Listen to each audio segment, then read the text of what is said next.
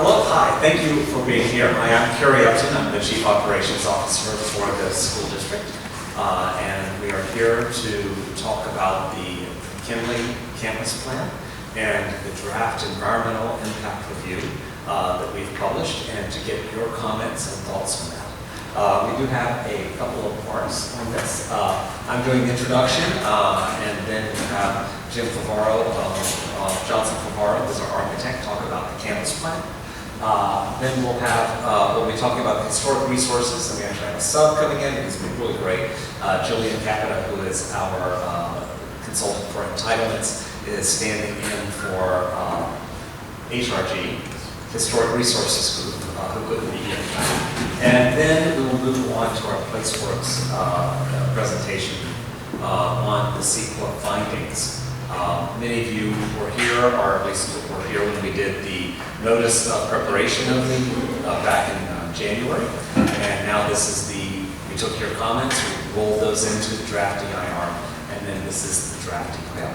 So here's how we'll do it tonight. I know we're a rather small crowd, but just so we keep everyone having an opportunity to speak and move forward, what we'll do is we'll do each of these three sections. At the end of each section, if there are any clarifying questions, we'll then take your questions clarifying anything that happens. Clarifying. They're not for comments yet. It's just for, wait a minute, I didn't understand that, or could you explain that, or I just helped explain. Then at the end of it, after we've done these three sections, then we will do comments. We'll start off doing a 3-minute comment for each person who wants to have comments. Once we go through those comments, then we can maybe be a little more free form. We do want to make sure everyone has an opportunity to speak and say what they need to say before we sort of move it and be a little more free. So that's the way we're going to do it. Any questions of the introduction part? Clarifications? All right. Jim, please.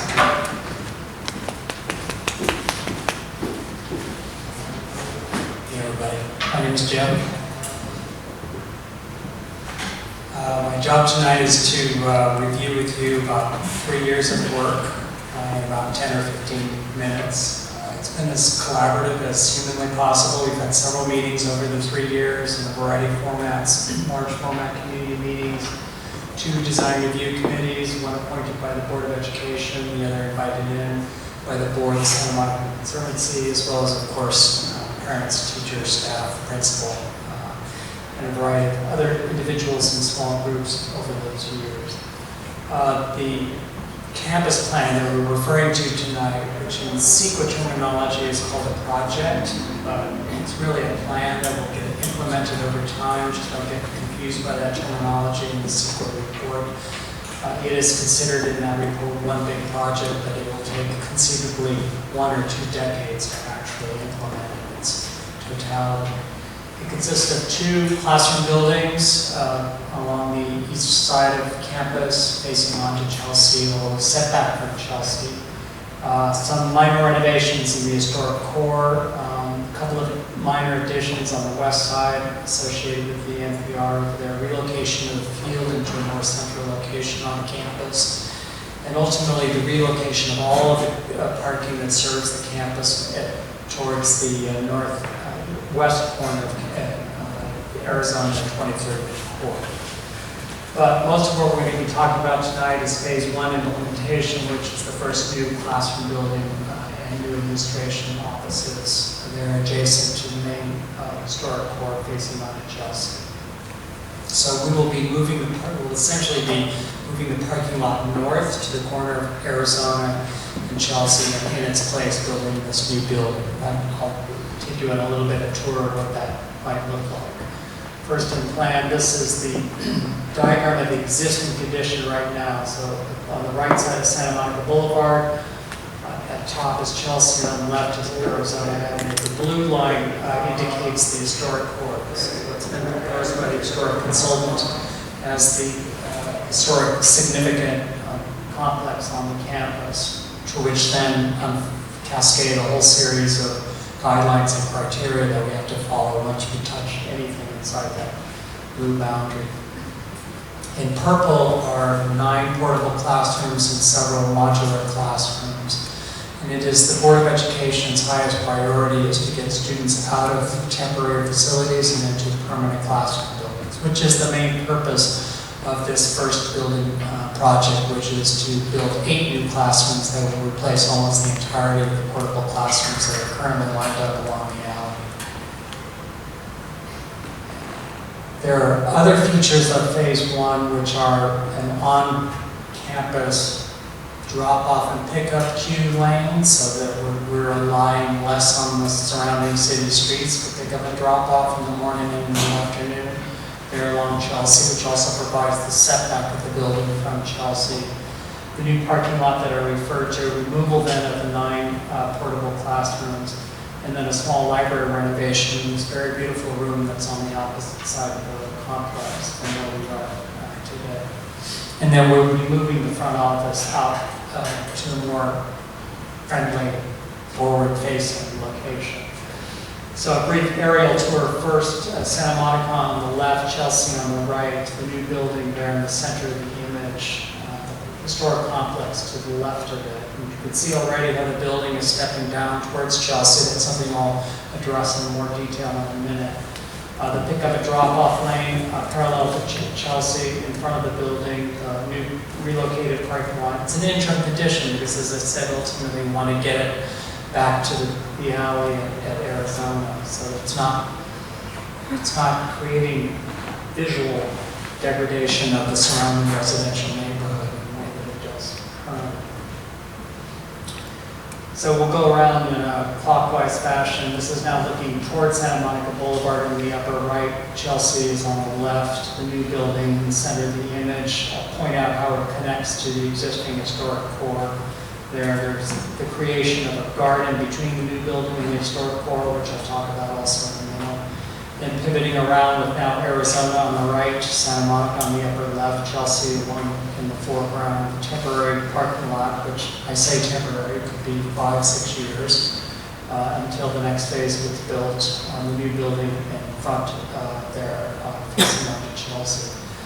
I've only been aware of a few comments since the last meeting, and most of them had to do with the construction of the project. And at the last meeting, there were a couple of comments about the relationship of the new building to the residents across the street, so I did want to address that.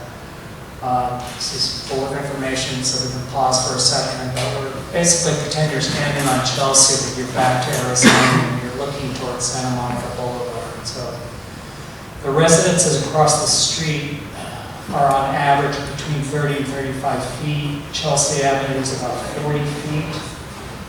On the far right, the peak of the new building stays just about a foot below the peak of the existing historic core, so it doesn't exceed the height of it.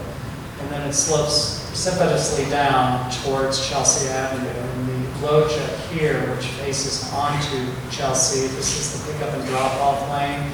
This is a 42-foot setback. So this about 80 feet setback from the sidewalk on the east side of Chelsea to the building itself here. I did also want to point out that one of the purposes of this, the configuration of the loggia and how we've got railings set back from the front of the building so that a parent and child have no visual access to anybody across the street at the second floor, or vice versa. Both are equally important. So we have been very careful to make sure that for all sorts of reasons, that relationship has been protected in the evolution of the project. So in a little bit more detail in plan, just to go through the components in yellow, in yellow is the main historic core that we're all familiar with. In blue is the new parking lot up at Chelsea in Arizona, and in orange is the new building. And this important element here is the separation of the new building from the historic core. So there's actually a affirmatively designed open space that forms the relationship between the new building and the historic core.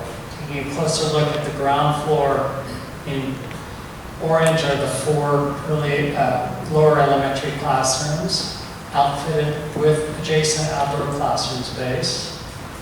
So all classrooms are required by the Education Master Plan to have adjacent, contiguous outdoor classroom space that actually becomes part of the larger learning environment. So there's a seamless indoor-outdoor relationship there, which was a tricky thing to work out when you want the building to also be the front face of the campus. And then in purple is the new front office, principal's office, workroom, parent, volunteer workroom, collaboration space, health office, and whatnot. And dark blue are all the supporting facilities, restrooms and elevator, stairs, et cetera. So just to orient you, this is where the current front office is. So you walk across the parking lot through the gates and fences and you arrive at the front office now. Well, essentially what we're doing is pushing it forward and making it more visually accessible and a welcoming front door to the school. On the second floor are 4 more classrooms for upper elementary, grades 3 through 4, also with adjacent outdoor classroom space that I was referring to earlier, and then support spaces. And importantly, bridges that connect to the second floor of the north and south wing. If you're familiar with the school, you can't really get at the second floor from the north wing to the south wing. You can technically, but I don't think it actually occurs all that much. I think it's just an awkward relationship. So we're using the new building to unify the historic core by connecting those 2 second floor corridors. So a child will be able to walk from south wing of the building through the new walkways of the new building to the second floor of the north wing, thus hopefully unifying the complex in a much more, in a safer and more community-oriented way. So these are how those bridges work and how they connect. So they're set back from the existing building. There's a kind of filigree bridge that actually makes the physical connection so that there's a very clear distinction between the new building and the historic core. And yet it's a kind of seamless relationship with the historic core.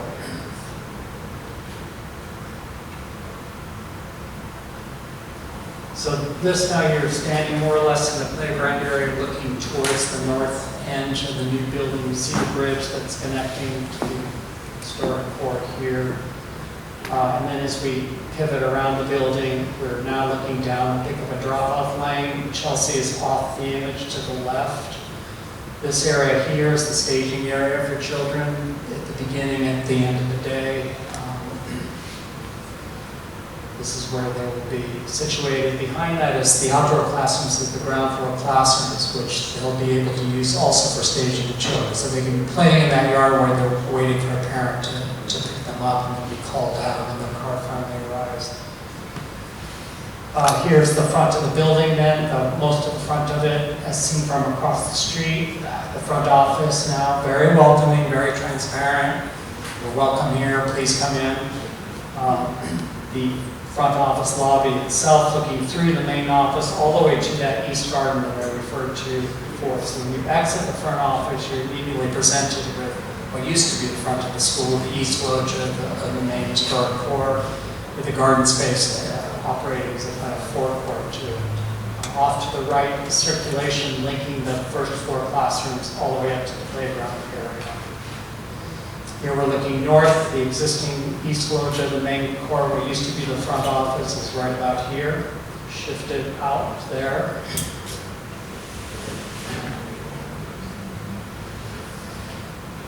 Then looking south, now the old front office on the right, the new front office on the left.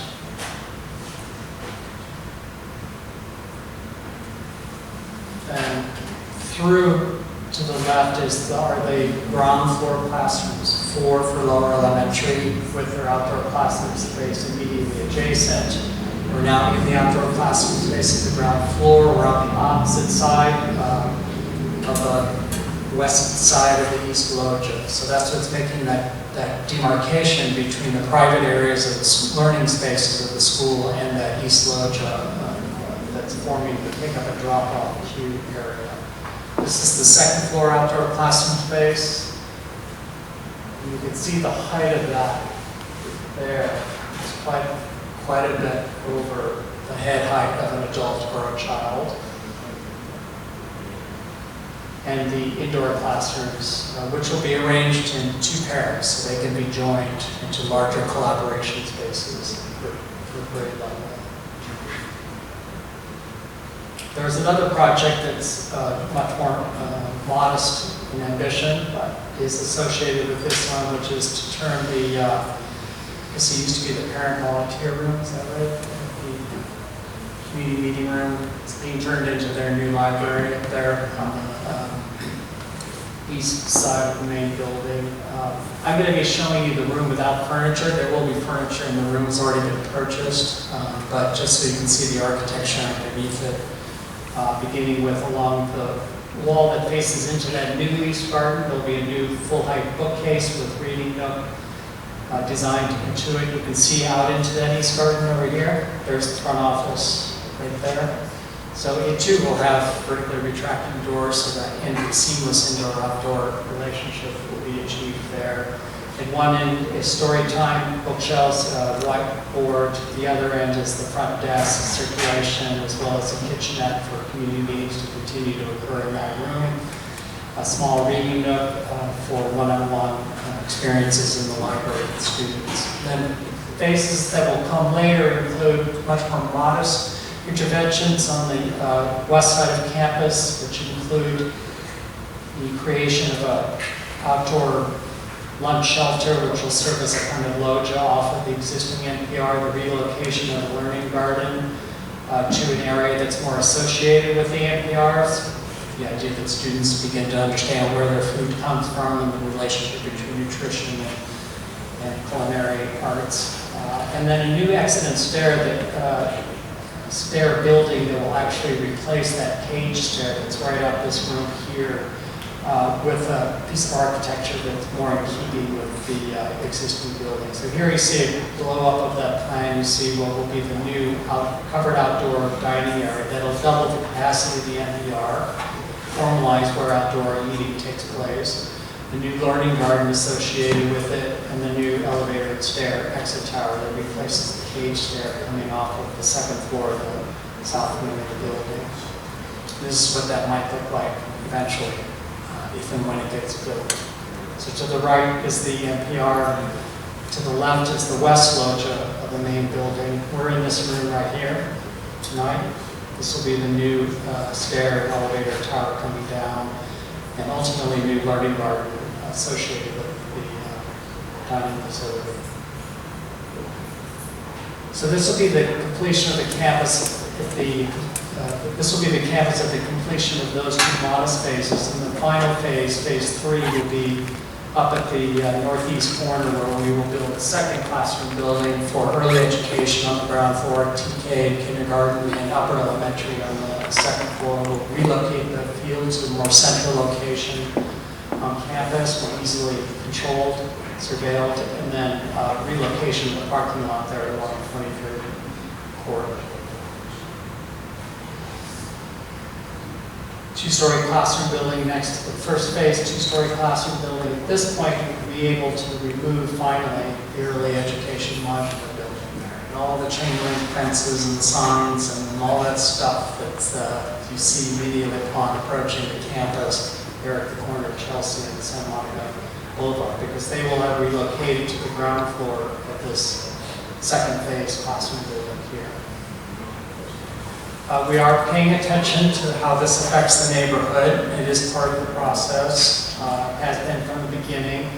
There are some views that are going to be included in the CEQA report. They're pretty crude because we haven't designed most of it yet, but they at least give you an idea. So this is a very, very underwhelming view of the corner of Chelsea and Arizona because there's simply no architecture attached to it. But it does give you an idea of the scale and the massing of the building, which again will step down towards Chelsea. Yeah. So behind that wall is where early ed play would be. And we don't know the height of it, we don't know what it's going to look like or be made out of, but eventually it will form the enclosure to campus at that end of the campus. This is slightly more developed view because phase 1 is more designed, but this is what it will look like in Chelsea and Arizona when the modular building is removed finally. And this is a view of Arizona going off to the left, toward the alley, going off to the right with the new parking lot there at the corner there. And that's the north wing of the historic core here, the more centralized location for the field. The fencing is quite transparent here, but you can't see the school otherwise in the rendering, but there will be a very substantial perimeter.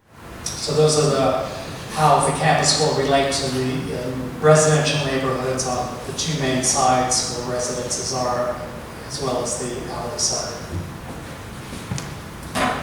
Okay. Any clarifying questions on the architecture? It was hard to see because of the trees. Where are the cutouts for the new driving building? The curb cuts. Are they where they are now, or are they moved? Let's see. They're slightly moved. So one is right at the end of the Chelsea Court. I think that alley is called. Chelsea. Yeah, I know what you're talking about, okay. So that one's moved farther A little bit farther north, yeah. I think the entrance is somewhere around here. There's two entrances. There's one entrance very much Chelsea. Yeah. And there's another entrance that opens up to Chelsea Place, which is a cul-de-sac that they had mentioned today. Right. So I want to know where they are over here. Let me just go back to the beginning.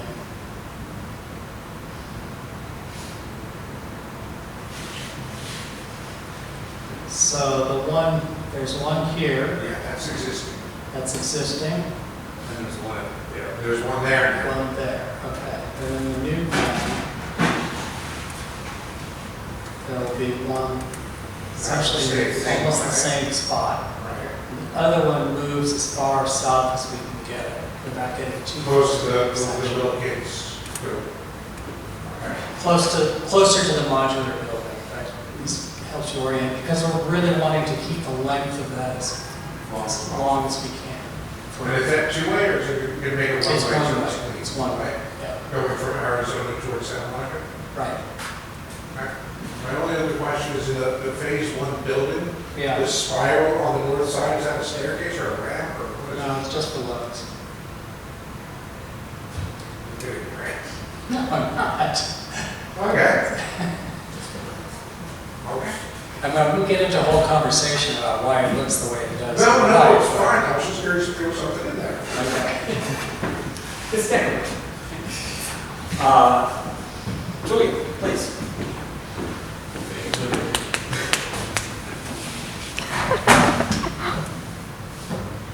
Okay, I'll do this as I get you queued up.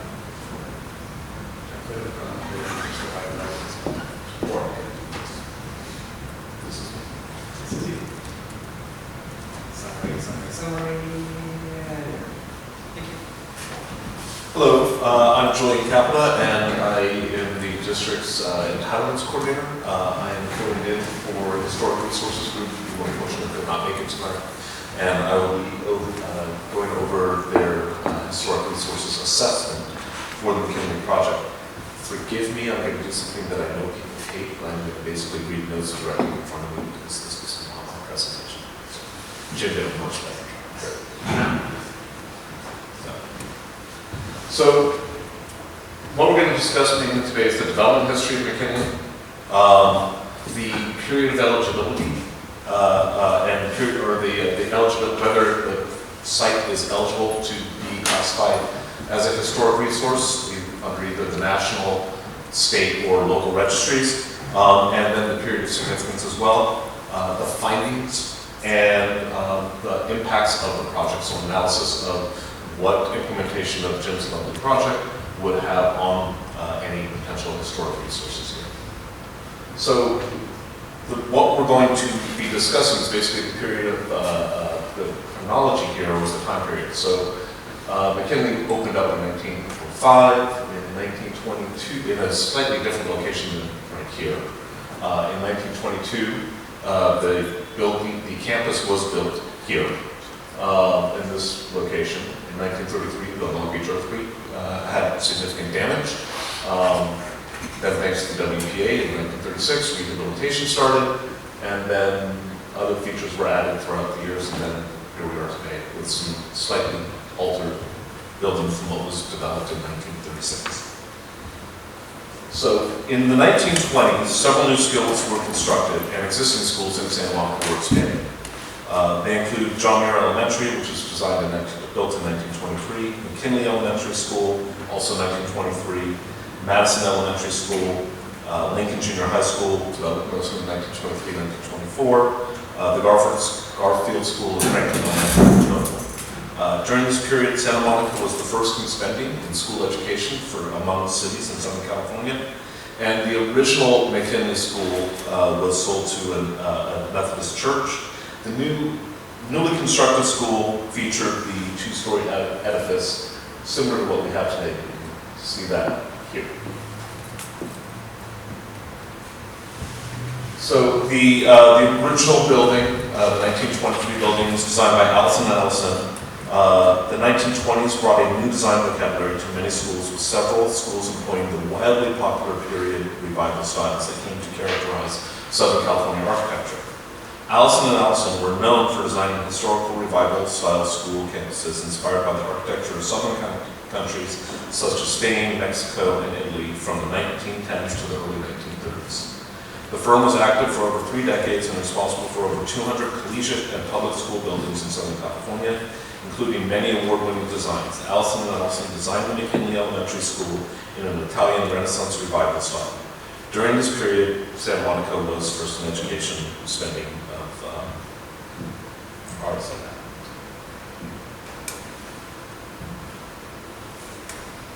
Okay. So in the 1933 earthquake, many schools, including McKinley, were damaged. This is an actual photo of McKinley instructional right after the earthquake. The tents were set up, and then you can see the old building in the background. So the Field Act was created as a response to the earthquake. The Field Act required a statewide overhaul of building codes and practices, particularly for school buildings, and mandated state oversight to ensure proper implementation and enforcement of regulations. Thus, the Long Beach earthquake ushered in a period of widespread school renovation and reconstruction that would transform many area schools, including those in Santa Monica. McKinley was one of the few schools in Santa Monica that wasn't completely destroyed by the earthquake. So in 1936, the WPA, through the WPA development, Parker & Parker came in and rehabilitated the school. The rehabilitation and restoration was completed under the State Emergency Relief Act, which furnished the funds for all labor free to the district as a work relief provision during the Depression. In 1935, the Santa Monica City School District received $1.5 million in federal funds, along with $290,000 local school bonds to repair or rebuild 10 elementary, junior, and junior high school campuses. 1.5 million went a lot farther back then. In the late at McKinley, this work was completed by Parkinson & Parkinson. The changes made to McKinley Elementary School by Parkinson were sympathetic or compatible with the original style. And in the late 30s, supported by the WPA, artist Stephen Frank sculpted a life-size statue of 2-seated children reading a book entitled Storebook Plan. It was installed in the courtyard in 1937. So McKinley is eligible under, not as individual features. None of the buildings qualify as individual historic resources in and of themselves. But it did qualify as a historic district under criteria A, which is the A11, so A is the federal, 1 is state, 1 is local, or significant event or series of events, and that is essentially the WPA construction, the 1920s development of school in the city of Santa Monica, and the post-earthquake rehabilitation. So I just did all of those out of order. But, and then also criterion C, 3, and 4 and 5 are the local, and that has to do with the architect and the architectural style. So the Italian Renaissance revival style by Allison Ellison, and then the rehabilitation by Parkinson & Parkinson, they retain the appearance, and both Allison Ellison and Parkinson are noted architects for their school construction work. So this is why McKinley qualified as a district under both federal, state, and local criteria. So the district comprised of 2 buildings, Building B, Building C. None of the portables, none of the modulars qualified. 2 site features, so the Santa Monica quad out front is the distinctive viewpoint and character-defining feature of the district, and then also the main courtyard over there. And then also 2 features that also contributed is the storybook land sculpture, and then the WPA bronze plaque that you you walk around, you can see, which is, I think, kind of cool, actually. So that is the definition, or what the district is comprised of. So the district is actually everything in the red outline, but the features, so building C and building B are the two buildings, and then the main courtyard, the San Monica courtyard, the main courtyard, and then the storybook are the components of the district. So, you know, the modular building here, these portables, the fields are not part of that, are not components of the district, they're just inside the district. So what's important really are the buildings and the courtyards. Here are some pictures of those contributors, everything I just mentioned. And then now we're going to talk about the project's impact on the district itself. And we have 3 slides here on the proposed project, and Jim did a much better job, so I'm just going to say phase 1, putting the new early classroom building, the portables, phase 2, and phase 3. The potential impacts. So would demolition of any of the portables or removal of the modulars or impact the historic district itself? Also, with the new construction create any impacts on the district? Would it permanently alter or diminish the viability of those buildings as a historic feature or as a contributor? So the reasons why it's not is it would alter the view, but not in a significant way. Plus, the views from Chelsea are not considered the significant defining feature. It's the view from Santa Monica Boulevard. The separation of 32 feet means that putting the new buildings in place would not alter the facade of the historic buildings, the contributors. And then there's similar buildings in design, but they are differentiated. So you're not going to look at Jim's new building and say, that looks almost identical to the new buildings. And at the same point, it's not so different that it won't look out of place. So that's how you make sure that your new development is compatible and contextual with a historic district. Phase 2, same issues. You have some new construction, but again, the differentiation, the fact that you're not actually demoing or damaging any of the contributing buildings or the courtyards means that there would not be an impact. And again, with the phase 3, with the final new classroom building, you have the same situation. Rehabilitation of the library and administrative spaces also, again, would not create an impact. There might be some removal of original windows and doors, but that has already happened on buildings B and C. Replacement windows would be similar and compatible, or openings would be compatible. The majority of the work on those buildings will be interior, and there's nothing of the interiors of those buildings that are significant in terms of them being a historic resource. So the rehabilitation work would not impact the historic resource. So the findings are that the proposed project would not result in demolition or impair the historic district, would not result in a major change to the physical significance of the contributors. So therefore, the project would not result in a substantial adverse change in significance, and the project would move forward without any mitigation measures. Thank you. Any questions about this one? Okay. All right. Let's keep it going.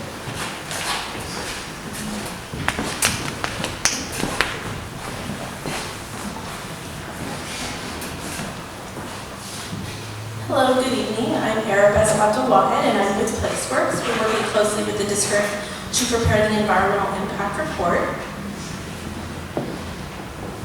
So the purpose of this meeting tonight is to go over, notifying everybody, the public, that the district moved forward with the draft EIR, and it's out for public review right now. And we want to discuss the findings of the EIR, and then proceed to receiving any comments or questions.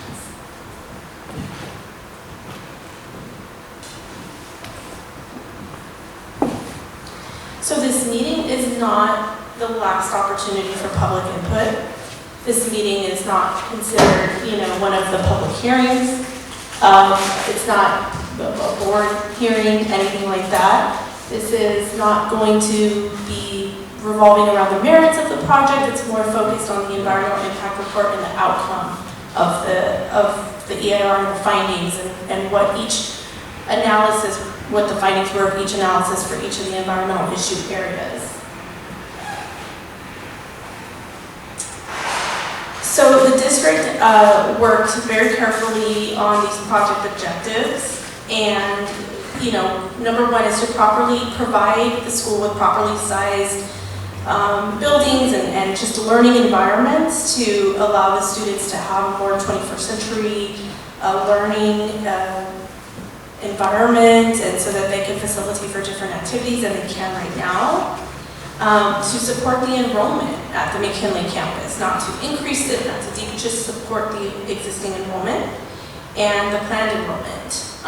Improve learning by replacing the undersized facilities, such as the modular portables. And they're also in flexible buildings. So this is to provide flexible structures and flexible environments that accommodate for different learning styles and interactiveness with an interaction with nature, an interaction with the outdoors, and then back indoors, just flexible spaces. Promote the whole child development with these modern support spaces. Organize the campus to provide safe student circulation, it's a very important focus. Reorganize the open space to foster inter-campus circulation for the students when they're walking from one place to another. Provide a safe and secure school, and to maintain the campus' existing student capacity.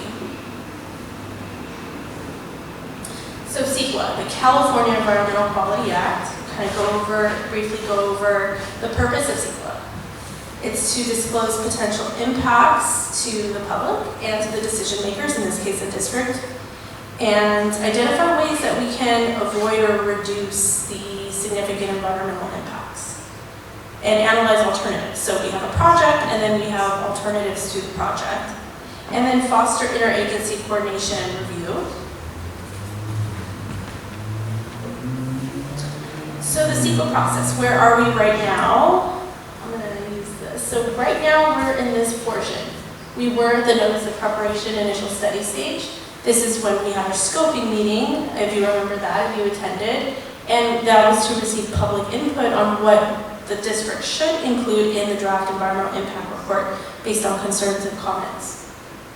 Right now we're in the 45-day public review period of the draft EIR. It was completed, the comments were noted, and we're now having the public meeting to discuss the findings and receive any input if you've been able or had a chance to review or need any clarification.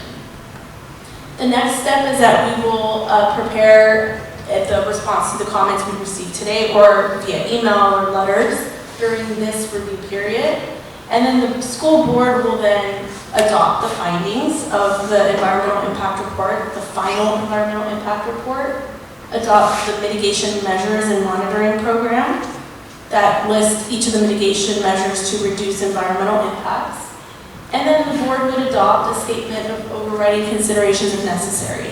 Up to this point, we do not see that because we do not have any significant and unavoidable impacts. After the board approves and adopts, then we would issue a notice of determination. All right, let's discuss the draft environmental impact report.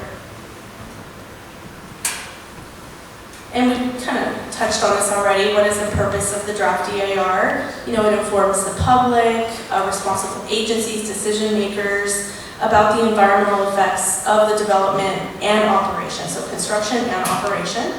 And it provides a detailed analysis of each issue area. So, we think aesthetics, you think air quality, hazards and hazardous materials. Each of those issue areas it has a detailed analysis, evaluate possible ways to reduce or avoid any adverse effects with mitigation measures or alternatives to the proposed project, if any. Identify specific discretionary actions, information to allow the district to make an informed decision about whether or not they should approve and move forward with the project. So during the circulation, when we prepared the initial study, we found no impacts to the following resources. So agriculture and forestry resources, mineral resources, population and housing, recreation and wildfire. However, we did receive some input during the scoping, so some of those moved forward into the environmental impact report, for example, such as recreation spaces. But initially, we found that there would be no impact on those issue areas. The initial study analysis found less than significant impacts on biological resources, public services, such as, would the project have an effect on police services, something like that, and less than significant impact on utilities and service systems. The initial study is connected to the draft DIR as an appendix, so it's Appendix B if you're reviewing the draft DIR. The issues that were analyzed in the draft DIR and not scoped out in the initial study and what moved forward was aesthetics, air quality, cultural resources, energy, geology and soils, greenhouse gas emissions, hazards and hazardous materials, hydrology and water quality, land use and planning. I don't know if we noticed before that was considered to have a no impact because of some public comment and concerns. We brought that into the EIR to have a more in-depth analysis of that. Noise was analyzed, recreation was brought in, transportation, and tribal cultural resources. So the draft DIR will have, you will see these impacts in the draft DIR. So you'll see less than significant with mitigation measures required. That would reduce it now down to less than significant. Then you'll see anything like significant and unavoidable. So less than significant means it would cause no substantial adverse change in the environment. No mitigation measures would be required. Less than significant with mitigation, there could be a significant adverse effect on the environment, so mitigation measures would be implemented to reduce that. Significant and unavoidable means that you would have a substantial adverse change in the environment, and the mitigation measures that you have that are feasible are not able to reduce that effect to less than significant levels. So it would be significant and unavoidable.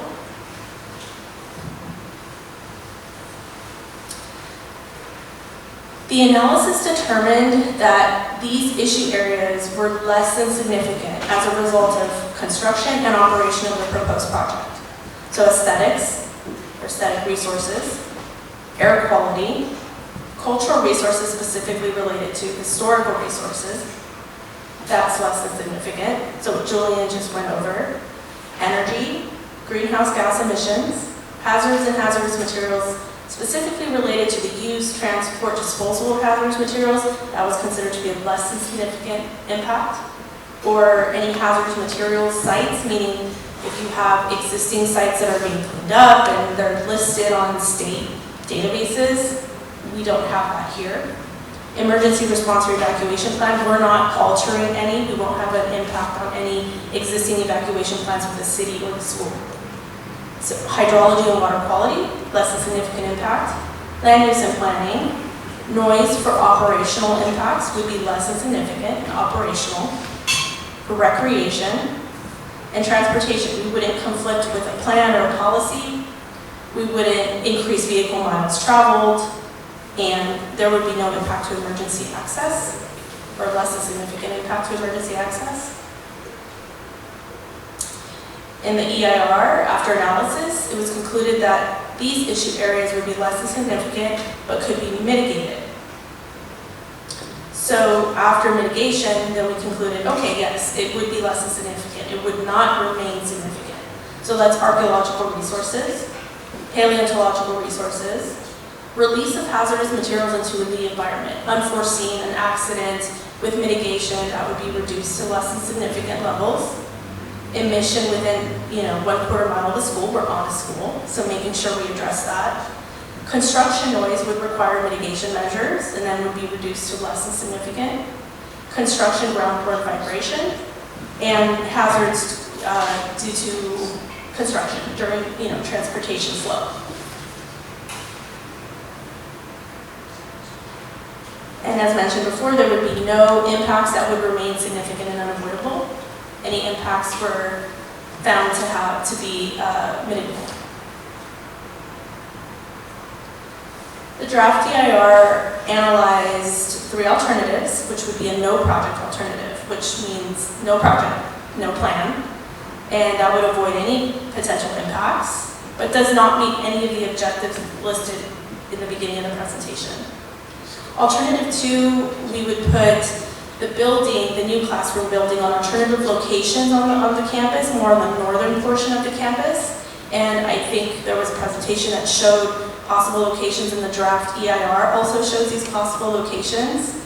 The impacts would be similar to the proposed project, however, it would not meet or result in the full benefits from the objective. So we would not receive the benefits from reconfiguring the campus to provide a safe student circulation and organize the open space for inter-campus circulation. You know, these are young children and we don't want them to be traveling across campus to get to their classroom. We want them to be able to have a safe circulation where eyes can be on them at all times, especially during drop-off and pickup. We also looked at alternative location of Santa Monica Boulevard frontage, so right here, putting the building in front here. This would result in greater impacts because you would have an impact to historical resources. So as we discussed, this is a historic district and it's eligible for listing. If the building was placed here, you would be affecting that district and potentially the integrity. It would meet some objectives, but it would not result in the full benefits of reconfiguring the campus again for safe student circulation and inter-campus circulation.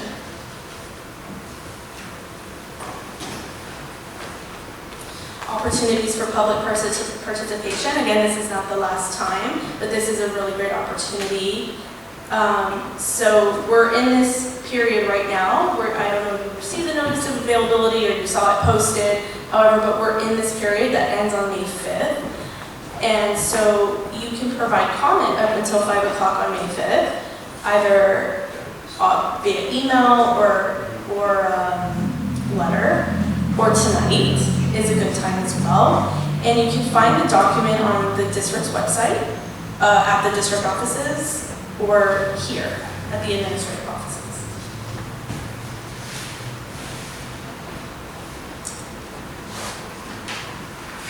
So the way we want to do public comment tonight is we want to make sure everybody has a chance to talk, make sure we hear your name, your concern, your comment, your question, and then give everybody an opportunity to talk. So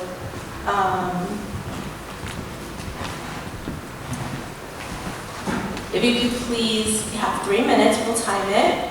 I don't know, Carrie, do we want to do clarifying questions first and then go into this, or kind of efficiently just do both at the same time? Are there any clarifying questions that are not comments? Yes. Yeah, I have a question about Appendix K. Appendix K. Appendix K. So that's a transportation analysis. There's 19 trip generation study. The results, the narrative results refers to grant elementary school, Appendix K. And the table has just some errors. It says there's 100 students, and then it says it adds to 500, but it adds more. Okay. So I was wondering if that is a grant, is this what applies to grants, or is there an error? Probably a typo. It's probably a typo, but we'll look into it. But that was specifically for McKinley. Yeah, so we'll look into it. Yes. Well, first and foremost, thank you for the presentation. It's very informative. Is there an anticipated displacement of the students during phase 1? So there's continuity throughout, so great, thank you. Yeah. All the students will stay in their current. The only displacement is we'll take a little bit of the play yard that will become parking, and then every phase is about the same. We might have a little challenge in the phase where we would do the cafeteria. because while we do that, we might need to displace or move the eating area during that period. We haven't quite worked out those details, but that's the only place that I've currently foreseen movement of students. Thank you. The limits on some of the pollution is borderline allowable for the South Coast Air Quality District. So how often are you planning on testing the air during construction? And when will we see those results periodically? Or does it not be this next week?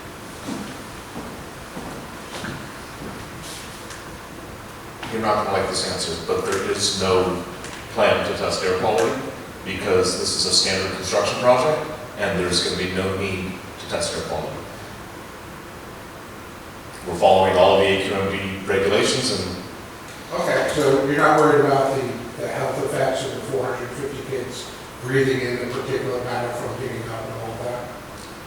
It's not a concern? that's not what I said. I said there's no need to test air quality. We're going to follow all the rules and regulations prescribed by the South Coast Air Quality Management District. And with that, they have determined that there is no need to test air quality. When someone else tests the air quality and there's a problem, how do you handle it? Do you see what I'm saying? So it's not your opinion. No, I get it. Send us the results and we'll send us the methodology of the test and we'll go from there. But that's a hypothetical, so I can't really give you a solid answer. I understand. I find, does anyone think they should be testing? Let's not do that. Well, you Ask can us tell questions. 900 cut small. Ask us questions. We'll do I that. think it's going to be recorded. Okay, and one more question on one of your things. Am I correct in that the 5th is the last chance we have to make any comments or do anything? That's correct. So the 5th is the last day to submit a comment on the EIR. Okay. Okay. There will be a board meeting where you will have a chance to go in front of the board and submit any comments to them and discuss with them. And as future phases are developed, there will be future opportunity for discussion about those design aspects. The mitigation aspects that you're putting on here, are those standard for all phases? They are for the entire project. So while we will have opportunities to discuss the design of, and as we said, we have not designed some of these, the environmental piece of this will be And the noise mitigation measures, all that are for the run for the entire project. Yes. Okay, I think we can shift to comments, if you're ready. 3 minutes. I'll start my clock and I'll say thank you. Would anyone like to make a comment? Again, we have comment cards as well. If you do want to make a comment but don't want to speak, we have comment cards we can pass around, email, but tonight would be great as well. And also, I just want to clarify that if you make a comment tonight, Alan is over there and he will summarize, and we will provide those summaries and a written response to those comments. But if you want your full detailed comment to be included, then please provide a written comment, and that will get the full detailed response as well. Yes, sir. You have your hand up, so it's I live on 23rd Court, and my bedroom is just right on the alley. Can we get your name, So please? I'm building it, and I live on 1300 block. So my bedroom looks over the modulars. That's going to be a parking lot, and you're going to have cars and an alleyways width between us and them. Is that right? Yeah. Yeah. Is that safe? Right now, you have. That's what alleys are for. They're for back of house activities. True, but then you'll have, I'm just worried about the air and the safety measures. Right now, you have two-way street between the cars and Chelsea. Right. And now you're proposing to have an alleyway with between, I don't know how many cars, and my home. Right, we have not, to Carrie's point, we have not really worked out the details of that. We just have an idea that that's where the parking lot Okay. will end up. And, And so access may occur on, actually off of its own instead of we're not sure. And during the course of the construction, where all the construction workers put a park? And we have preferential parking in our neighborhood, and it's pretty tight now. So if you're going to take away exponentially opportunities for people who live there, that's going to be an issue amongst the neighborhood. On my block, there's a preponderance of senior citizens, and so we're going to be including me, exponentially from other parts of the town. I understand it looks like a beautiful project, and there seems to be more focus on how people on the Chelsea side are going to feel. I didn't hear one blick about the western part of the, because we're going to have everything's going to be shifted over towards us in a way, particularly the loss of the garden. I don't know what you're going to do with the old growth trees, but that garden's been a gem for many people for many years. And a lot of people on the block have lived there forever, went to school here for generations before. So there's concern amongst those who are my neighbors about how this is going to impact us. And I hope that you all have some sensitivity to that as well as the other three sides of the campus. Gary, should I respond?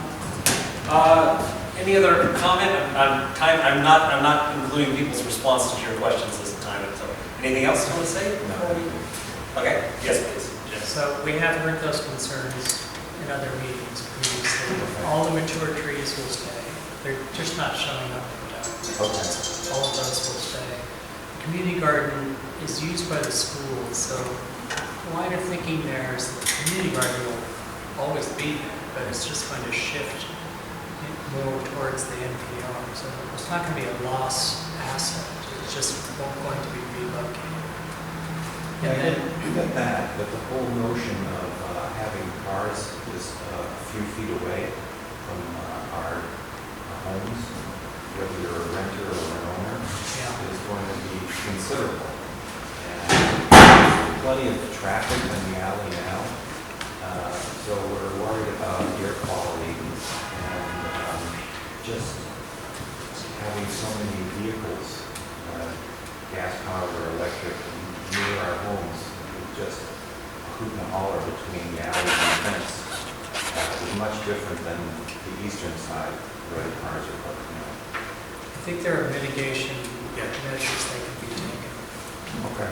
Thank you. Do you have a comment on traffic on that side? Okay. Great. Does anyone else would like to? Please send us a written comment on that. We'll get a much more thorough. Several times to the gentleman. Yeah. Yes, sir. Yeah, so my name is Juan Matute, the Santa Monica Families for Safe Streets, the co-founder of that organization.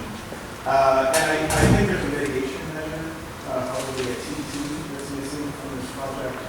And so that is to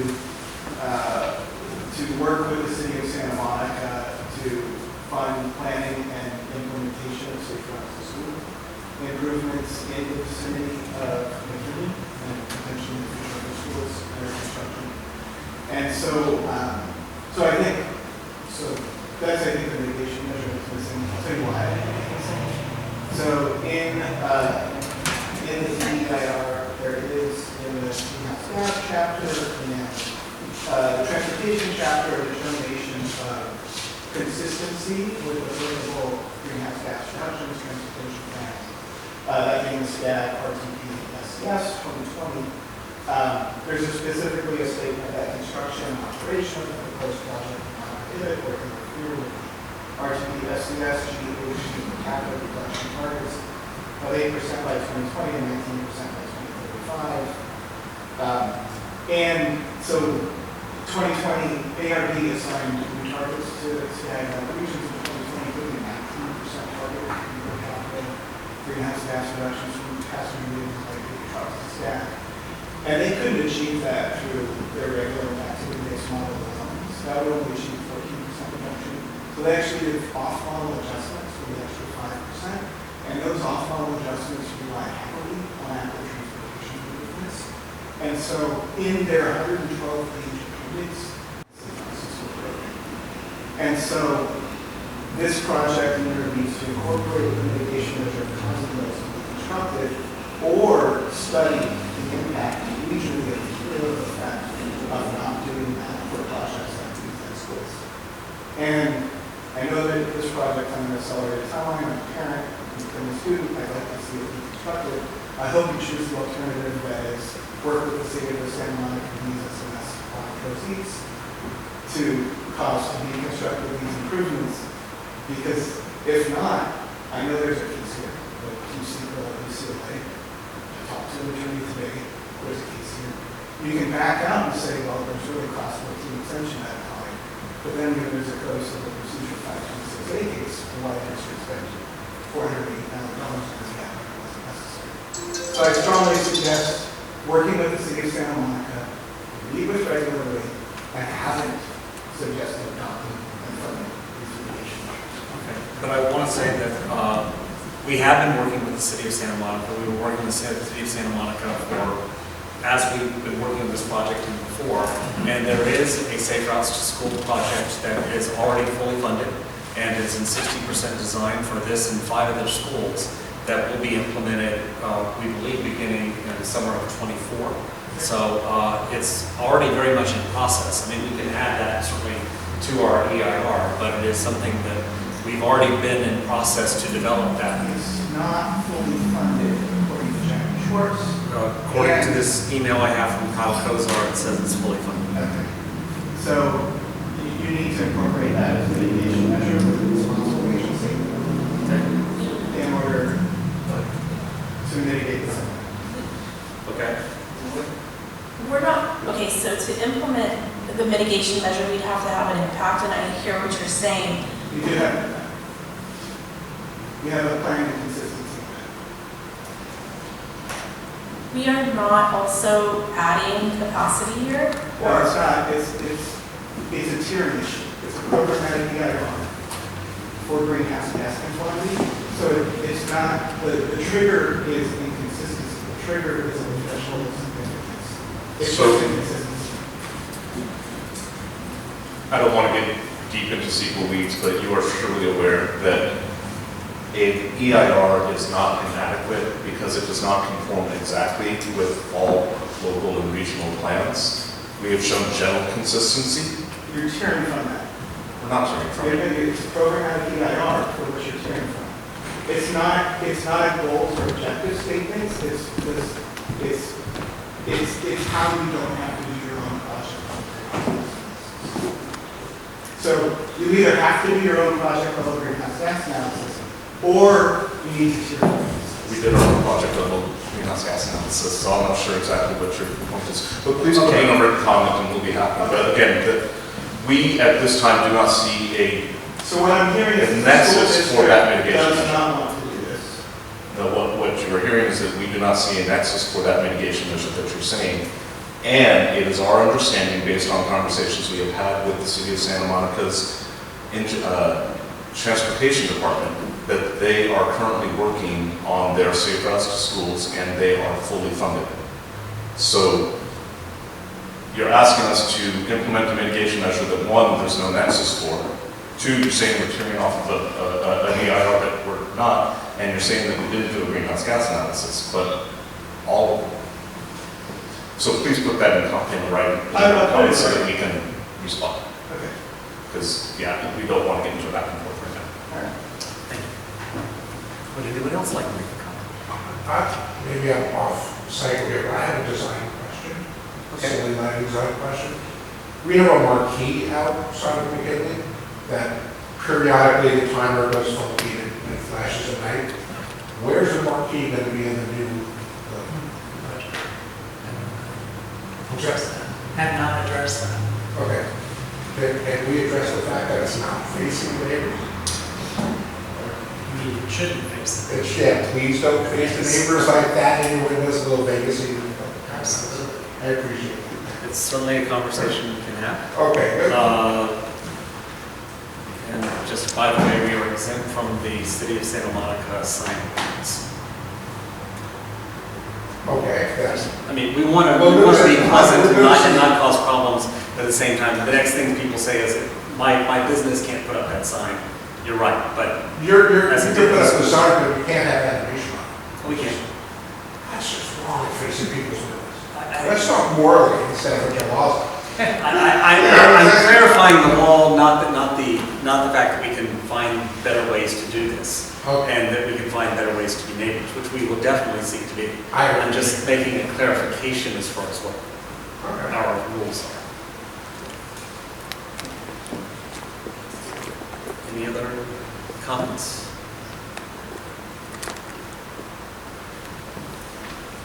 All right. There's nothing else. Thank you very much. Thank you.